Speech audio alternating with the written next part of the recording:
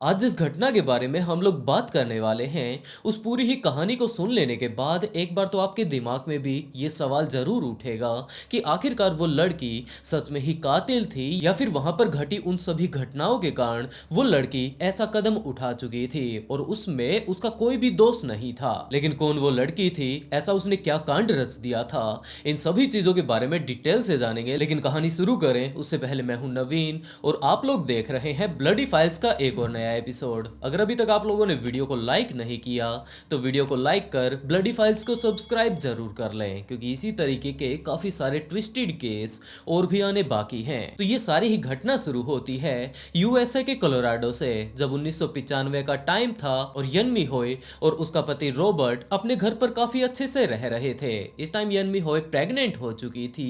इसको लेकर रॉबर्ट काफी ज्यादा खुश था। कुछ ही दिनों बाद इनके घर पर एक प्यारी सी लड़की हो जाती है जिसका कि नाम इन्होंने इजाबेल गुजमान रखा।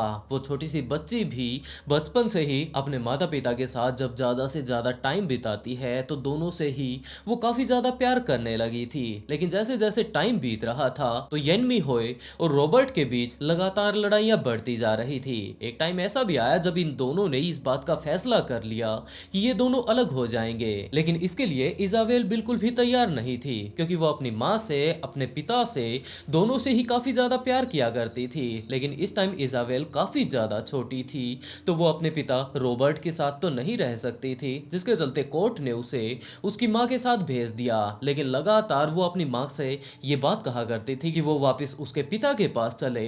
वो अपने पिता को काफी ज्यादा याद करती है। उसे इस चीज की आस थी कि हो ना हो एक दिन ऐसा जरूर आएगा जब उसकी माँ इस बात को समझ जाएगी और उसके बाद वो उसके पिता के पास चले जाएंगे। लेकिन ये सारे के सारे उसके ख्वाब तब धरे के धरे रह जाते हैं जब उसकी माँ ने रायन नाम के एक और व्यक्ति से शादी कर ली और उसके बाद तो वो अपनी माँ से बहुत ज्यादा नफरत करने लग जाती है। वो अपनी माँ से अच्छे से बातें नहीं किया करती थी और इन घटनाओं से येन भी काफी ज्यादा परेशान हो जाती है। और उसके बाद येन ने अपनी बेटी से ये बात कही कि अगर वो अपने पिता के साथ कुछ टाइम बिताना चाहती है, उसे काफी ज्यादा उनकी याद आ रही है, तो वो उससे मिलने के लिए जा सकती है। और एक डेढ़ महीने के लिए इजाबेल को उसके पिता रॉबर्ट के पास भेज दिया जाता है। वो अपने पिता के साथ काफी अच्छा टाइम बिताती है। उसे वो सारी की सारी चीजें याद आने लगती हैं कि किस तरीके से इसका पिता इससे प्यार किया करते थे और आज के टाइम में भी इसके पिता का प्रेम इसके लिए बिल्कुल भी कम नहीं हुआ है। तो जैसे ही वो वापस अपनी माँ के पास पहुंचती है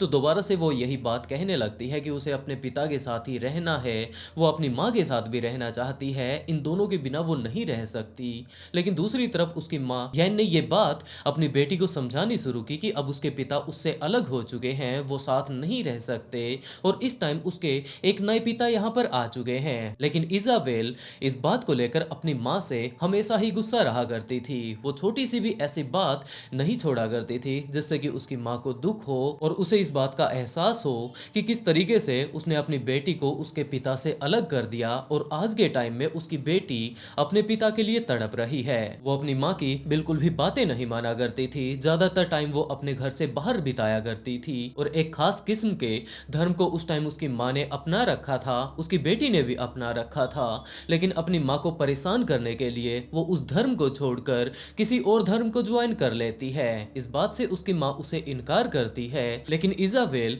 इस पर बिल्कुल भी ध्यान नहीं देती। इजाबेल की माँ को अक्सर उनके पड़ोसी ये बात कहा करते थे कि आप जब जॉब पर चली जाती हैं तो पीछे से आपकी बेटी के पास तरह तरह के लड़के यहाँ पर मिलने के लिए आते रहते हैं और अभी ये बच्ची काफी ज्यादा छोटी है तो इसे टाइम रहते समझा लीजिए। लेकिन दूसरी तरफ यैन अपनी बेटी पर पूरा विश्वास करती थी, जिसके चलते उसने अपने पड़ोसियों की बात बिल्कुल भी नहीं मानी। लेकिन एक टाइम ऐसा भी आता है जब वो रात को अपने घर पर पहुंचती है तो उसने देखा कि उनकी बेटी के रूम से जो वहां पर खिड़की लगी हुई है वहां से एक लड़का बाहर की तरफ कूदकर वहां से भाग कर गया है। तो सीधा का सीधा येन अपनी बेटी के रूम में जा पहुंचती है। वहां पर जाकर वो उससे पूछने लगती है कि आखिरकार वो लड़का कौन था, वो यहाँ पर क्या करने के लिए आया था। हमारे पड़ोसी पिछले काफी दिनों से तुम्हारे बारे में इसी तरीके के काफी सारी शिकायत मेरे सामने कर चुके हैं, लेकिन मुझे पूरा का पूरा विश्वास था कि मेरी बेटी ऐसा नहीं कर सकती, तो आखिरकार यहाँ पर चल क्या रहा है। लेकिन इजाबेल इस बात पर बिल्कुल भी ध्यान नहीं देती है और वो चुपचाप वहां से चली जाती है। और बिल्कुल इसी तरीके से उसके नए पिता रायन ने भी उसे समझाने की कोशिश की, लेकिन वो उसकी भी बिल्कुल भी बात नहीं मानती है और उसके बाद वो अपने घर से निकल जाती है। पूरी की पूरी रात गुजर चुकी थी। उसकी माँ वहां पर दरवाजे पर खड़ी होकर उसकी पूरी रात तक वेट करती रहती है कि आखिरकार उसकी बेटी कब वापस लौट कर आएगी, लेकिन अगली सुबह तक वो वापस नहीं आती है। जैसे तैसे कर वो अगली सुबह उसका पता करके उसे घर पर लेकर आती है और उसके बाद टाइम आता है 27 अगस्त 2013 का, जब ये इन दोनों के बीच जो लड़ाई हो रही थी। इजाबेल अपनी माँ की बिल्कुल भी बातें नहीं मान रही थी, तो इजाबेल की माँ ने उसके सगे पिता के पास कॉल करके सारी की सारी बातें बता दी कि आज के टाइम में उनकी बेटी आखिरकार कर क्या रही है। तो इजाबेल अपने पिता रॉबर्ट की सभी बातों को माना करती थी। तो रॉबर्ट भी इनके घर पर आ पहुंचते हैं। यहाँ पर आकर अपनी बेटी से वो अगली काफी देर तक बैठकर बातें करते हैं। इजाबेल अपने पिता की सारी बातों को आराम से सुनती भी है और उसके बाद वो मान जाती है कि हाँ, जो कुछ भी उसने किया था वो आगे से ऐसा कुछ नहीं करेगी। लेकिन आज भी उसे अपने पिता की याद आती है। तो उसके पिता ने कहा कि जब भी तुम्हारा मन करे तुम मुझसे मिलने के लिए आ सकती हो, तुम्हारे ऊपर कोई भी बंदिशें नहीं है। इसी तरीके से अगली काफी देर तक उसके पिता वहां पर बैठकर उसे समझाते हैं। उसके बाद अपनी पत्नी के साथ भी कुछ एक बातें करते हैं और उसके बाद वहां से चले जाते हैं। लेकिन उनके जाने के कुछ ही देर बाद काफी देर तक इजाबेल अपने रूम में ही बैठी रहती है। उसकी माँ उसके पास आती है और उसे समझाने लगती है, लेकिन इस टाइम भी इजाबेल अपनी माँ की बातों पर बिल्कुल भी ध्यान नहीं दे रही थी। हाँ, इस टाइम वो घर से बाहर नहीं गई, अपने पिता की उसने बातों को माना और वो वहीं पर अपने कमरे की लाइट बंद करके सोने की कोशिश करती है। उस टाइम भी उसकी माँ वहीं पर खड़ी हुई थी, उसे समझाने की कोशिश कर रही थी कि बेटा कुछ इस तरीके से तुम्हें घर से बाहर नहीं जाना चाहिए, अपना ध्यान रखना चाहिए, बाहर तुम्हें कोई नुकसान पहुंचा सकता है। हम तुम्हारे घर के लोग हैं, परिवार के लोग हैं, तो हम लोग तुम्हारी चिंता करते हैं। लेकिन दूसरी तरफ उसे इस बात से कोई फर्क नहीं पड़ता था कि आखिरकार सामने खड़ा बंदा उसे क्या बोल रहा है। वो लाइट बंद करके सोने की कोशिश करती है। अगले दिन जैसे ही सुबह होती है तो इजाबेल और उसकी माँ के बीच दोबारा से लड़ाई हो जाती है और इस टाइम तो इजाबेल को इतना ज्यादा गुस्सा आ चुका था कि वो उसके मुंह पर ही थूक कर वहां से बाहर निकल जाती है। इजाबेल की माँ इस बात से बहुत ज्यादा परेशान हो जाती है कि आखिरकार इस लड़की के दिमाग में चल क्या रहा है। पहले तो ये सिर्फ इसकी बातें नहीं माना करती थी, लेकिन आज के टाइम में तो ये इसे पूरी तरीके से इग्नोर कर रही है। इस बात का भी ये लिहाज नहीं कर रही कि ये इसकी माँ है, इसे इसी के भले के लिए बोल रही है, जबकि ये तो काफी ज्यादा उल्टे सीधे काम कर रही है। तो वो अपनी बेटी को रोकने की कोशिश करती है, लेकिन इजाबेल रुकने की बजाय वहां से चली जाती है। और जब दोपहर को जब उसकी माँ अपने ऑफिस में गई हुई थी, वहां पर अपने काम पर लगी हुई थी, तभी उन्होंने देखा कि उनके मोबाइल पर एक टेक्स्ट मैसेज आया हुआ है और ये किसी और ने नहीं जबकि उनकी बेटी इजाबेल गुजमैन ने ही भेजा है। और उसमें साफ साफ बड़े बड़े अक्षरों में सिर्फ और सिर्फ यही बात लिखी हुई है कि यू विल पे। इस बात को लेकर उसकी माँ बहुत ज्यादा घबरा जाती है कि आखिरकार अब ये लड़की क्या करने वाली है। और काफी ज्यादा जब घबरा जाती है, शाम को वापस वो अपने घर पर आती है तो अपने पति रायन को उसने सारी की सारी बातें बताई कि कुछ इस तरीके से उनकी बेटी ने उसके पास मैसेज किया है। तो वो लोग पुलिस में इस बात की कंप्लेंट कर देते हैं कि पता नहीं इस लड़की के दिमाग में क्या चल रहा है और क्या ये करने के बारे में सोच रही है। तो पुलिस वाले उनके घर पर आ जाते हैं और वहां पर आकर इजाबेल गुजमान को समझाने लगते हैं। उन्होंने स्ट्रिक्ट यहाँ पर धमकी उसे दे दी कि किसी भी तरीके का गलत करने के बारे में वो ना सोचे, नहीं तो अब वो बालिग हो चुकी है, वो कोई बच्ची नहीं है, जबकि उसे जेल जाना पड़ेगा। और इस टाइम पुलिस ऑफिसर्स ने इस बात को ज्यादा सीरियसली भी नहीं लिया क्योंकि ये सारा का सारा मामला इनके परिवार का था और बाहरी देशों में तो अक्सर कुछ इसी तरीके से बच्चे अपने माता पिता से इसी तरीके का बिहेवियर करते रहा करते थे। तो ये नया केस पुलिस वालों के लिए नहीं था। तो उसी तरीके से वो लोग आराम से बैठाकर उसे समझाते हैं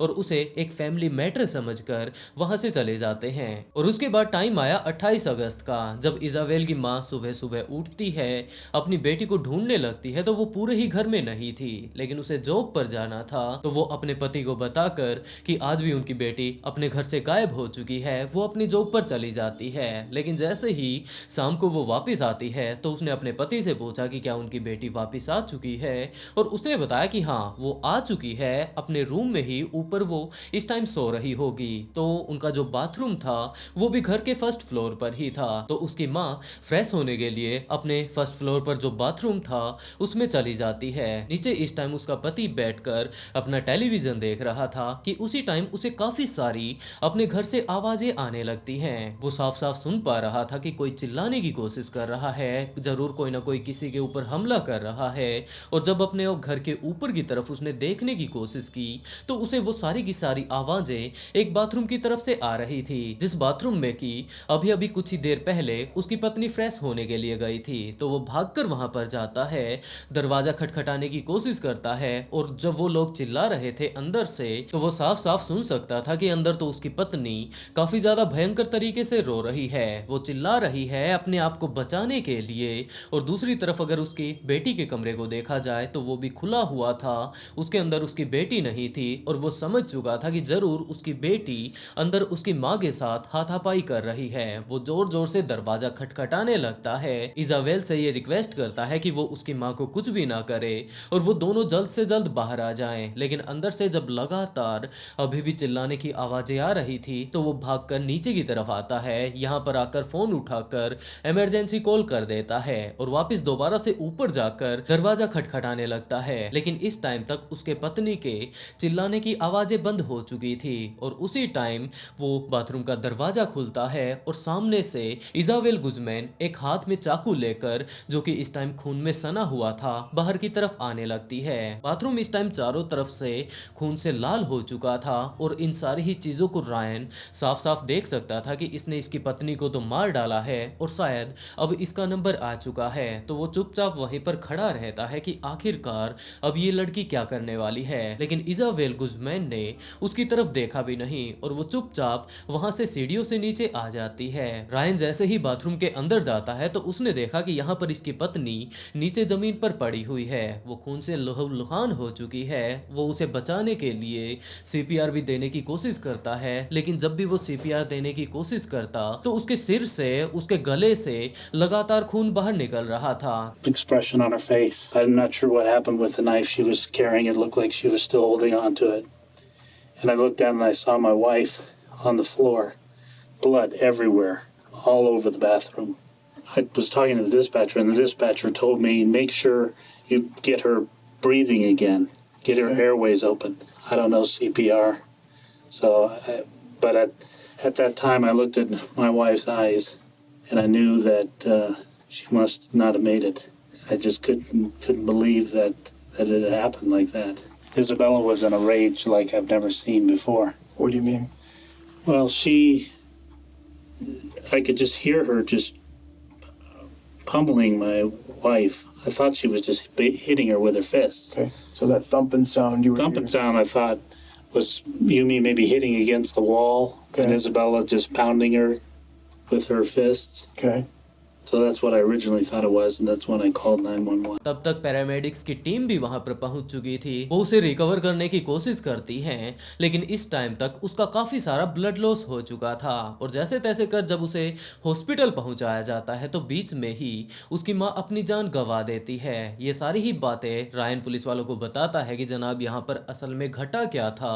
और इस टाइम चारों ही तरफ पुलिस वाले इजाबेल गुज़मान को ढूंढ रहे थे, लेकिन उसके बारे में कुछ भी अता पता नहीं मिलता है। लेकिन इस घटना के जस्ट अगले ही दिन पुलिस वालों के पास एक कॉल आता है। ये कॉल एक महिला ने किया था और उसने बताया कि जनाब यहाँ पर एक गैराज मौजूद है और यहाँ पर एक लड़की की डेड बॉडी पड़ी हुई है। ये सारी बातें सुनते ही पुलिस वालों के दिमाग में यही बात आई कि जरूर उस लड़की ने अपनी माँ को मार डाला था और बाद में हो सकता है उसने अपनी ही जान गंवा दी हो। तो वो लोग तुरंत उसी जगह पर जा पहुंचते हैं और वो सच में ही इजाबेल गुज़मान ही थी, लेकिन उसने अपनी जान नहीं गंवाई थी, जबकि वो तो रात को वहां पर सो रही थी और उसने अपनी माँ को मारा था। यही कारण था कि पूरे के पूरे शरीर पर उसके कपड़े खून से भरे हुए थे। उस महिला ने पहली नजर में देखते ही यही बात सोची कि हो सकता है ये सारा का सारा खून इसी लड़की का हो और शायद ये अपनी जान गंवा चुकी होगी और उसने पुलिस वालों के पास कॉल कर दिया था। लेकिन अब तो इजाबेल गुज़मान पुलिस वालों के हाथ लग चुकी थी, वो जिंदा भी थी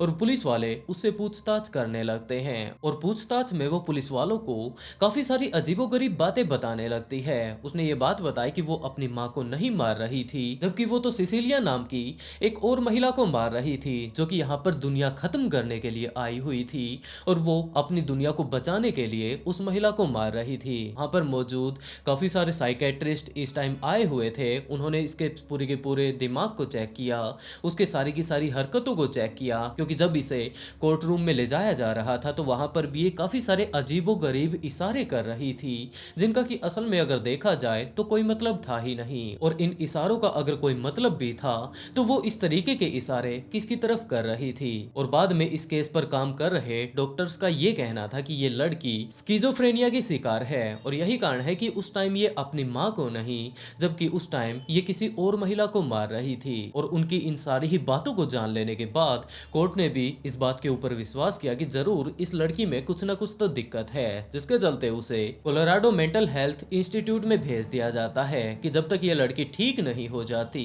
इसे वहां से बाहर ही नहीं निकालना है। ये सारा का सारा कांड 2013 में घटा था, लेकिन जैसे ही 2019-20 में टिकटॉक का दौर आता है तो उसके इन सारी ही वीडियो के पीछे काफी सारे गाने लगाकर लोग अपलोड करने लगते हैं और देखने वाले व्यूअर्स के दिमाग में काफी सारे सवाल उठ रहे थे कि आखिरकार ये मिस्टीरियस वुमेन है कौन और इस तरीके के अजीबोगरीब ये इशारे क्यों कर रही है, जिससे कि ये बाद में काफी ज्यादा फेमस हो जाती है। वैसे दोस्तों, आप लोग इस केस के बारे में क्या सोचते हैं कि आखिरकार ये सारा का सारा कांड उस लड़की ने क्यों किया होगा? अपने पिता के साथ, अपनी माँ के साथ एक खुशहाल परिवार बसाने के लिए, या फिर इसका कुछ और कारण है, या फिर वो जिस तरीके से डॉक्टर्स ने बताया कि इसे किसी तरीके की मेंटल प्रॉब्लम है उसका वो सामना कर रही थी। अगर वो मेंटल प्रॉब्लम का भी सामना कर रही थी तो ऐसा उसकी जिंदगी में क्या बीत गया कि उसे इस तरीके से स्किजोफ्रेनिया की चपेट में आ जाती है। आप लोग इस केस के बारे में क्या कहना चाहेंगे? अपनी राय कमेंट बॉक्स में जरूर बताइएगा और इसके साथ साथ ये भी बताएं कि क्या आप लोगों ने ये कहानी पहले कभी सुनी है और इस कहानी के बारे में अगर आप लोग कुछ और भी जानते हो तो उस बारे में भी आप लोग कमेंट बॉक्स में बता सकते हैं। और दोस्तों, आज के लिए बस इतना ही। अगर वीडियो अच्छी लगी हो तो वीडियो को लाइक कर ब्लडी फाइल्स को सब्सक्राइब जरूर कर लें, क्योंकि इसी तरीके के काफी सारे ट्विस्टेड केस और भी आने बाकी हैं। और इसी के साथ दोस्तों, आज का शाउट आउट अरमान शर्मा को, and write a beautiful comment to get a shout out in next video. बहुत जल्द मिलते हैं एक और नए ट्विस्टेड केस के साथ।